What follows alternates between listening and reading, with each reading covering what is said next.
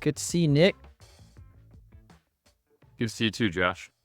Yeah, I'm just so glad to get a minute to connect with you. I'd really love to understand more of your story and where you got started, where your family got started in the hotel business. I think you said your first hotel job was cleaning out air ducts and doing work like that. So what's the backstory there?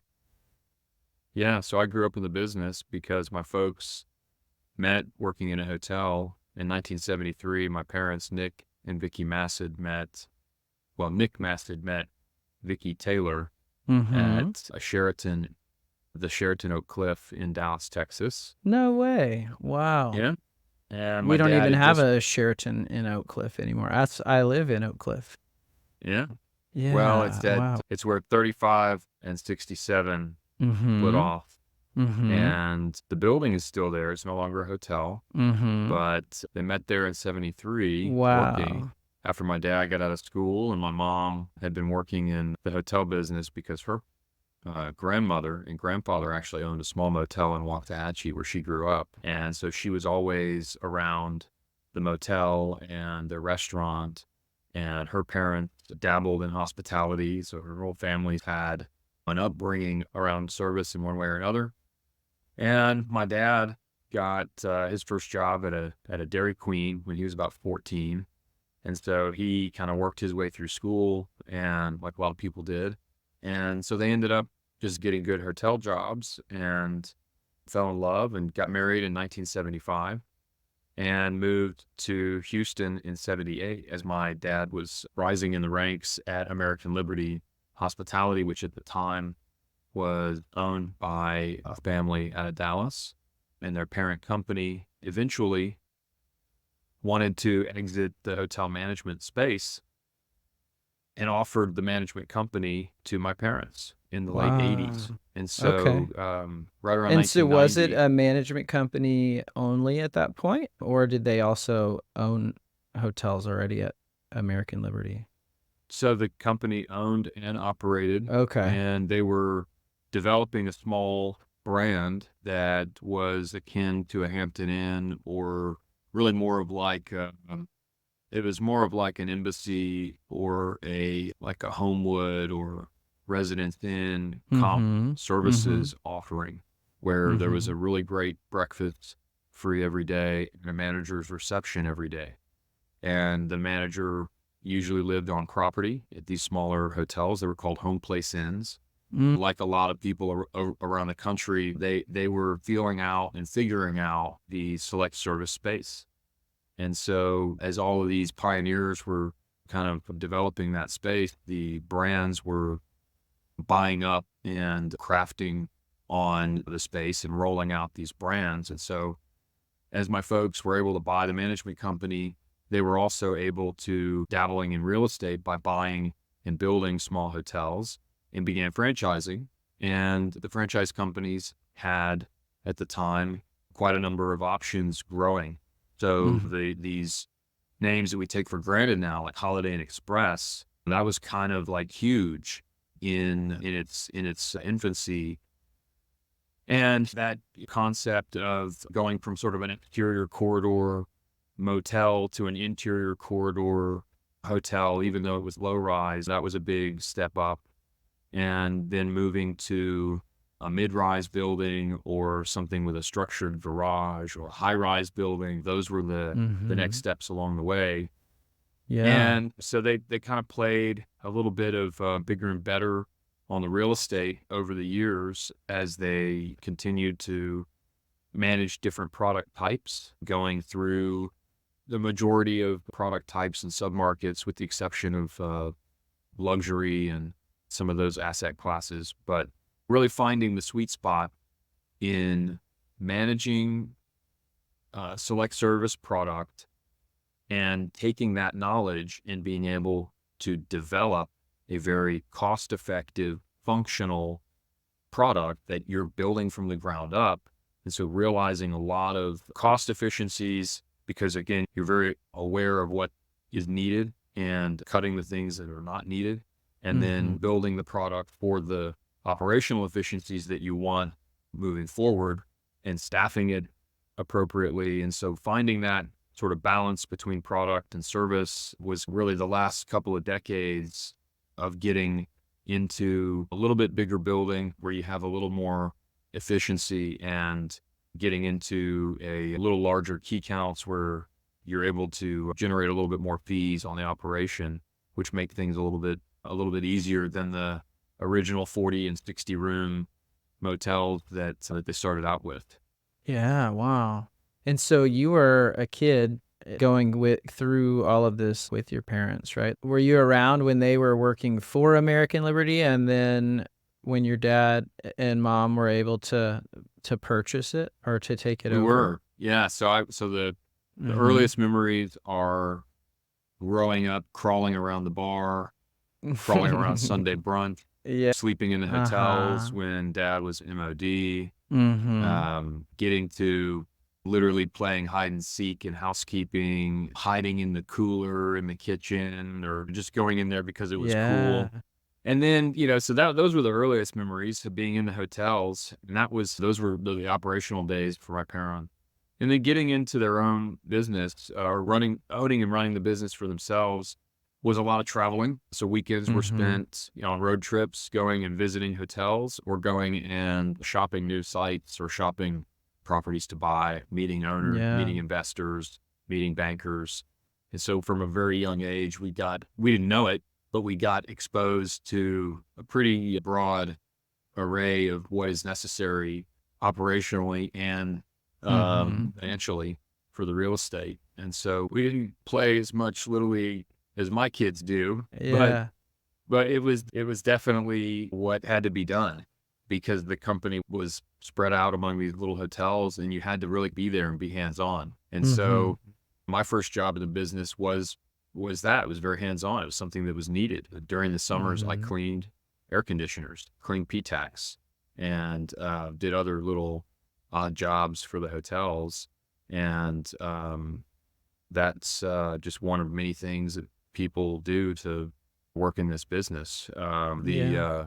The small hotel is still, I think, very relevant, but it's really just whatever people need. I think times are going to change a little bit here and there, but not going to deviate much from still needing a hotel room, and needing to be able to maintain that building and maintain some training for your people to be able to service it. Mhm. Still pretty simple. Kind of always been that way, and I think Yeah. it's always going to be that way. I think some of us got a little bit over our skis in financing here and there. And in a market like Texas, you're able to build for 12 months of the year. You're able to build for pretty low price. There's land availability. And so that's been one of our challenges. We've been heavily geographically centered in Texas and Louisiana. And so that allows competition pretty easily, and the ability to build up a market a little too quickly, can kind of make financing important. Got to be conservative a little bit. But Mhm. overall, we're still very pleased with where we are. We want to continue to build and buy, and try to keep growing. Obviously, we've got some unique headwinds right now. Yeah. I'd love to go back to the family piece a little bit more. Having both your mom and your dad in this business and like growing up within that space. One, I'd love to hear what you learned from each of them separately. What was unique from your mom and from your dad that you picked up and learned, whether they told you or by just observing them? And then, like, two, I think it's really interesting that you stayed in the business, right? Like, you lived it as a kid, and a lot of times people will want to try to get away from that. But what pulled you in? Like, what keeps you in the hospitality space? What's that deeper drive for you that keeps you here? Well, I think from my dad, I really learned, I mean, so many things. Gosh, to condense it is very difficult. Y I would say dealing dealing with people, negotiating with people is definitely something unique that, as a young kid, being a fly on the wall Mhm. and getting to see and hear things is something that was a part of my life, really my whole life, and that put me in Yeah. situations where I was able to see my dad do things that were taking risk, I guess, is maybe the best way to say it. Mhm. Learning how to take risk, learning what's worth risk, how to know first with your gut what to spend time on. Is that just at a high level? Is this something that we can do? Let's step outside the box. Let's step outside the situation, look at it with objective eyes, and try to see the whole picture and not lose the forest for the trees. That is, I think, a really important element of business that a lot of people think they're like doing a task. And yes, like Mhm. there are tasks. Of course, you Mhm. can't get something done if you're not work oriented Yeah. and results driven. But we can't just be blindered and Mhm. only see the thing in front of us. We need to make sure we understand the full picture. And my dad has that ability. He can see the whole picture. He works at it though. I mean, he reads a lot. Mhm. He's been in the business a long time, but that's not what it is. I mean, he really works hard knowing and understanding the situation that he's in and things that are going on. And so having that training has been maybe one of the bigger things from him. The value of that high level awareness is really important now. It was less important to me at a lower level in my work, in my career, but having that ability now is incredibly valuable, and I'm able to apply that in a lot of ways. From my mom, I've learned, I don't want to say the opposite of my mom, but my mom kind of get the ready, fire, aim Mhm. label a little bit, which is, I think, for operations, a fantastic approach that we're going to shoot first and ask questions later and be incredibly action Mhm. oriented because you have to get stuff done. Let's fail fast and really push it to begin delivering results. And I've also learned so many things, Josh. Gosh, man, you put me on the Yeah. spot. No, But I know. I think also I've learned a lot of the things that I could do better because working with family, you're able to do, it's a double-edged sword. You're able to get through some things faster, better. And sometimes though it's selling uphill a little bit. You're moving against the grain a little bit because it's family and you communicate differently. You sometimes treat each other differently. So I've certainly also learned the value of having to be more conscious about how you work together because it's obviously different to be with a traditional environment than it Yeah. is to be with your family. Mhm. Yeah, I definitely resonate with the importance of that balance that you've seen with your parents. I see that with my work partner, Chris, right? He's thoughtful, methodical, conscious of risk. I'm pushing forward, creative, right? Like there's the balance of the marriage there is like so important. And I think it's one of the things that's helped us be successful is we're very different, but we're also deeply committed to each other. And like I think you've seen that same thing like with your parents, right? It's very different perspectives, which then creates a whole level of tension that's super valuable with how you grow as a company.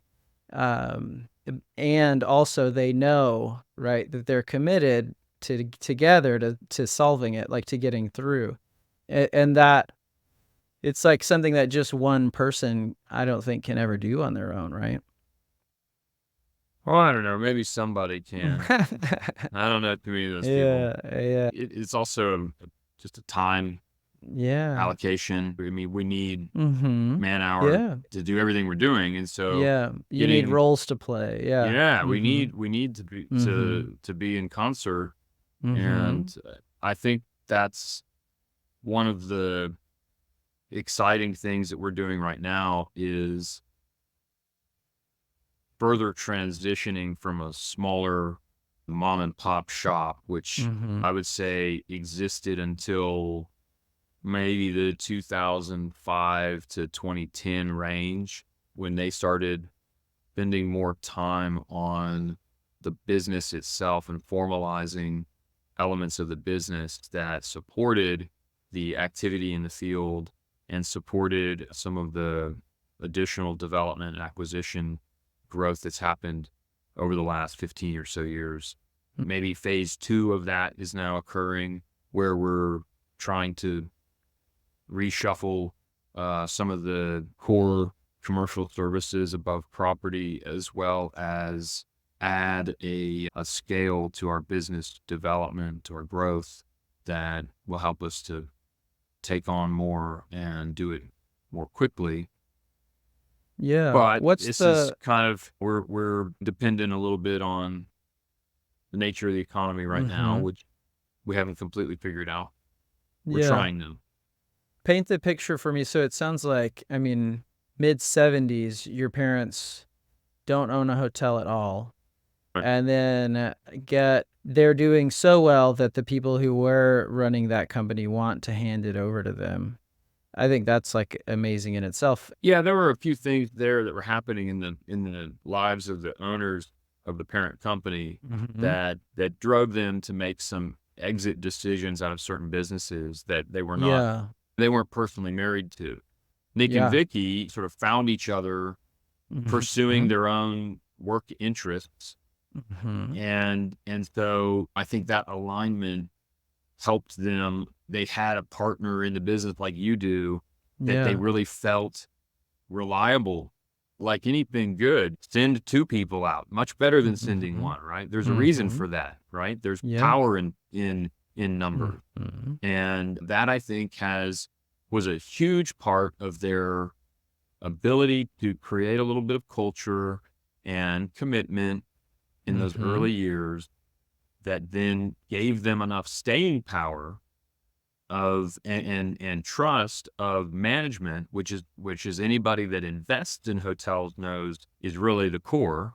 Mhm. Then they earned the right to take on someone's investment, which still wasn't their money when they began participating, or not a lot of their money when they began participating in ownership or attempting ownership. So they kind of took this, small Mhm. thing that was really just management, and management really of the small hotels, because the parent company spun off the big hotels in order to fund other things and to drag Yeah. cash for their Mhm. other needs. And so what was left were the small assets. And so it wasn't like a giant fee engine. Yeah. That don't think Aimbridge or anything like that at all. It was just a very small Yeah. number of employees. And so they took that, and with a base of operations, which again is sort of the core to the success, Mhm. they were able then to leverage that knowledge into getting some investors to believe, get a bank to believe, and Mhm. then, wow, I really got these people to say yes. And now it's like, wow, it's the tiger by Yeah. the tail. Yeah. Yeah. And now I own my own business, and it's like, wow, I got to make it Yeah. happen. And Yeah. in those Yeah. early years, there were months where they didn't have enough money for payroll. They didn't know how they were going to make it, but they pulled through, and Mhm. like you hear a lot of people do. It's just Yeah.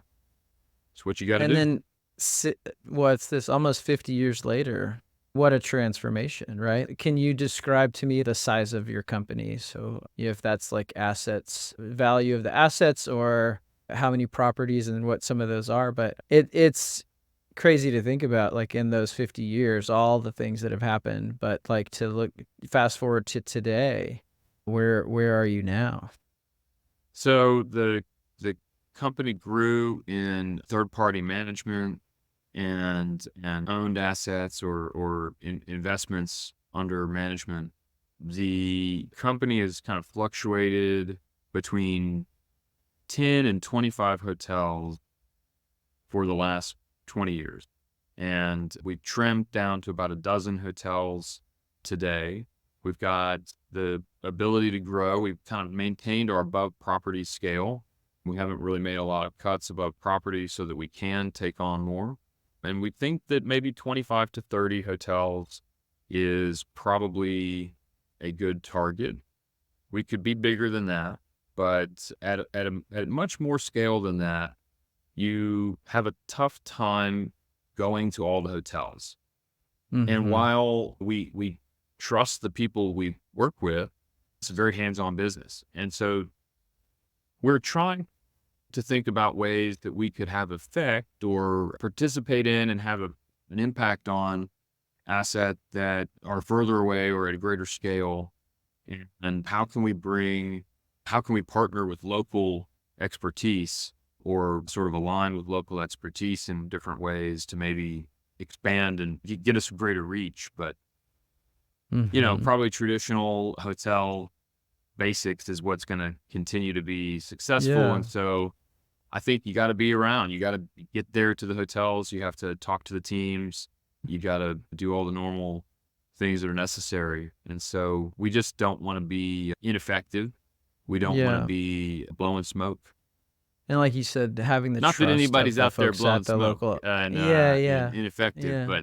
but But you found, like, what works for you and your family, right? So it's, that and that trust at the local hotel level, and, like, I would say you're principled in your approach that you want any of these hotels that you do own, you want to be involved in and have their trust.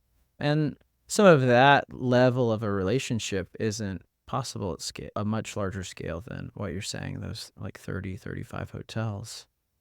yeah, it is. It's just it requires an above property Yeah. network that Different is, strategy, yeah. yeah, maybe employs a little Mhm, different strategy, but we're playing with a few mhm. things to test out maybe some different ways to deliver service that has a little better cost or can be scaled better where the cost is maybe still the same today, but it will grow less than our existing structure or system once we're bigger. So there's a few Mhm. different ways that we're playing with that. That really is the nature of growing a business, right? So those are the things Yeah. that as business operators we're less experienced in. I can tell you what better about how to grow hotel revenues and Mhm. make hotel profits than I can tell you how to best organize all of the commercial services necessary to grow an enterprise, right? And so Mhm. we've tried to leverage outside expertise in doing that, Mhm. in planning for corporate changes and being smart business owners. And I think that we're set up very well to continue to grow. We're excited about the future. I think that we will see more transactions in hotel real estate, and that inevitably will create opportunity. I think we're also going to see more more of us reaching for these innovations, both at the property level and how we execute service for guests, and how to make that more enjoyable for the guest and more profitable for the owner. And then I think we're also going to be playing with sort of how can we become more efficient above property? Is that different ways of doing things? Is it merging and collaborating with our contemporaries? Is it breaking down sort of the third party management structure? You represent some of that sort of splintering or breakdown and Mhm. specialization, maybe. So there's a few things I think out there that everybody's still kind of toying with and are Yeah. things that could be that aren't completely mainstream and Mhm. flowing the way that maybe they will in the Uh, future. that's an interesting thought, right? Like, I think about following the incentives within this business, and I can see how they're sometimes misaligned, right? So, like, if you have one person that's an owner, and then you have a brand, and then you have a management company, right? The incentive for the brand is I want as much revenue flowing through this as possible to get the incentive on the end. For the management company, it is about top line revenue first and then GOP second. But sometimes that's not like maybe what's in the best interest of the hotel. I think that that's part of like what we're trying to solve in some way is how can we provide a service that we don't have skin in the game in the way that we're trying to influence results. Like our objectivity is our strength. Sometimes incentives can drive the wrong behaviors. So you try to scale too quickly or you try to push one side of things that then results in poor health overall. Yeah, I'd love to do some more of that exploration with you of what would that look like down the road in this world in hospitality. Because some folks are trying to do that at scale of let's have the power of thousands of hotels under one management company. But I think that we've seen some of the challenges that come from that. Well, I think this kind of goes to, I think, management of anything. Let's pick on the government right now. Let's pick on the Mhm. federal government because they're just such an easy target. Mhm. All right. Washington, D.C. can do some things incredibly well. All right. I mean, let's give it up for them for the things that they can do incredibly well. The problem is there's just not that many of those things. Mm. So if Mhm. you've got one central management for an array of Mhm. services necessary, Right. it's incredibly heavy ask of that one Mhm. central Yeah. management, right? It's just not Yeah. logical. Mhm. Let's imagine that we've got central oversight, but that we farm out the tasks to real experts. Now we can't always do that, right? We talk on property about the quality of a chief engineer and are they a Yellow Pages chief? A lot of people don't even know what the Yellow Pages is anymore, right? Mm. But are they a chief engineer who calls for everything to be done by a third party, or do they actually know how to do things themselves? Mhm. Right. So I mean, Yeah. you kind of Mhm. need a hybrid of that, I think, Yeah. and I think that right now with um, two things: the need for profitability to improve and therefore be tested, challenged, right? We need to Right. be creating some of this. And I think the availability of tech today, these two things together, I mean, my goodness, we're going to create some new ways of doing things. And so Mhm. it could be all new, but probably not. Probably just the continuation of things we're already seeing. Yeah. So I see like a big aim bridge, and I wonder like, or even companies that might be doing some of these broad services better, right? Like Highgate, for instance, not to tout anybody specifically, but they're just who I think of first. They're trying to sell individual services, right? A lot of companies are trying to do this, right? So Mhm. maybe it does make more sense that you have like the aim bridge of revenue management, but that's all they do, and they're the Mhm. best and they're the baddest and they have a way to silo your hotel from everybody else's and they know Mhm. everything and they become, but maybe not, because yeah, revenue is, you start crossing over, but accounting, okay, so maybe accounting, and we have the best hospitality accounting company, and they sort of take over the space. So maybe there is a specialty that kind of everybody goes to, instead of a manager who tries to do everything who everybody goes to. I think that's, Mhm. I wonder how does that end up shaking out? And in any case, whichever way it goes, or a different way, you still have to have that local presence. It's still an incredibly Yeah. local business. We are still Yeah. never going to get away from it, right? I mean, for you, Mhm. I would imagine that like if you've got California covered up because you've got two people who are all over the state, like if I come from California, you're kind of like, oh, I really need a Florida experienced person because Mhm. that's where we have opportunity, right? And so having that local expertise for our business is still absolutely necessary for the top Mhm. line. Yeah. And then to be able to really be effective and have a quality team, you got to know people on the ground. You got to be likable. You have to be friendly. You have to have a fun place to work. And so to have that, you can't just be flying in from another city. It just doesn't Mhm. work. So how do we Mhm. figure out how to like get these second generation, the me's, how do we Mhm. keep that generation engaged and effective in some of this? I think that's really interesting. We think a lot about that because so much of the industry is owned by families. Yeah. It's institutions are owning more, and certainly our the big properties are owned by institutions, but the majority of the rooms are owned by families. Mhm. And, so it's interesting to see how that's going to change over the next few Yeah. years. Anyway, that's some nerdy Yeah. insight. I'm droning on. I think it's worth digging into because also there's the increase in specialization without an increase in transparency and accountability, I think leads to a loss of control, right? So as an owner, I'm sure that that's something that you're very much thoughtful about is if I'm working with a brand that keeps all of our data and won't tell us how decisions are being made, that makes it a lot harder to run a successful business. And my heartstrings now. I think that we're entering into an interesting space, right? Especially you see what's going on with AI and large language models and decisioning that there lots of hospitality industry aside, lots of folks will be building these large language models like behind a wall, right? It's like this is our data and we have access to this data. And we're going to build decisioning on that and we're not going to tell you how how we got to what we got to. Well, Um, I think that's still there's a lot yet to be fleshed out.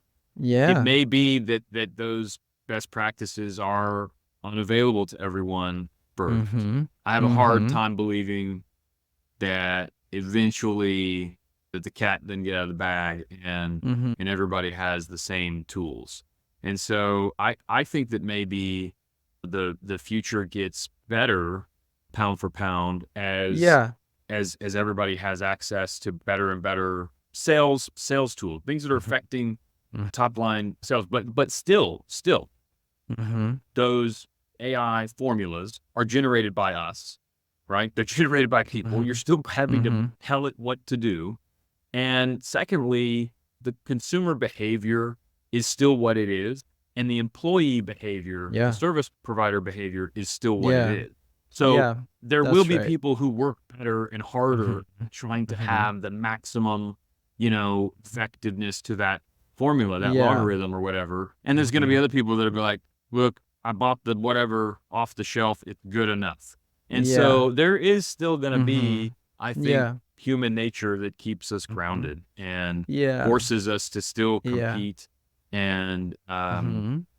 I think it's still going to be a normal marketplace, but it might some of these tools might bring us closer together and diminish Mhm. some of the competitiveness today that's out there Mhm. because as you streamline and best practice and make things more and more efficient, I mean theoretically the people that aren't doing it as well today get a little better, and the people that Right. are doing it great today probably don't have as much Mhm. upside. It'll Um, level things out there.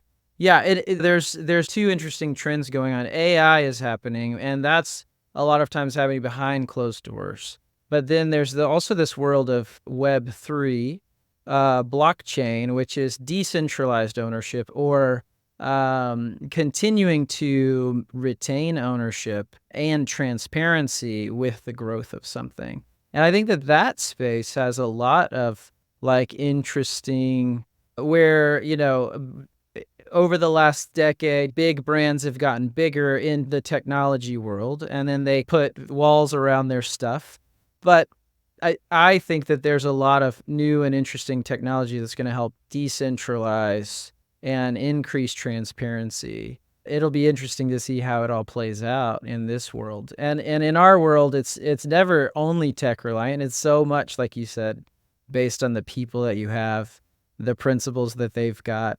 And, like, as the technology speeds up, it's just so much more important that you've got wise people with a depth of expertise that are the ones behind the machine no, that no, are really. I keeping mean, things in line. I can't stress enough how annoying it is that we have all this tech and yet it still doesn't Yeah. it still can't it's useless. If you take your hand off of it for a day, you feel panic that you Mhm. haven't touched it, right? I mean, Mhm. I mean, Yeah. there's Yeah. probably whole counseling sessions Mhm. for revenue managers Mhm. now on not opening your laptop for 2 days and don't panic. Mhm. Um, Mhm. I think the business is gonna change, but it's still gonna be the same. We still have to be Yeah. smart business owners, and we still have to be really smart operators, and the majority of what we need to do is pretty basic. So Yeah. It's taking care of people. Alright. Thanks, Nick. This has been great.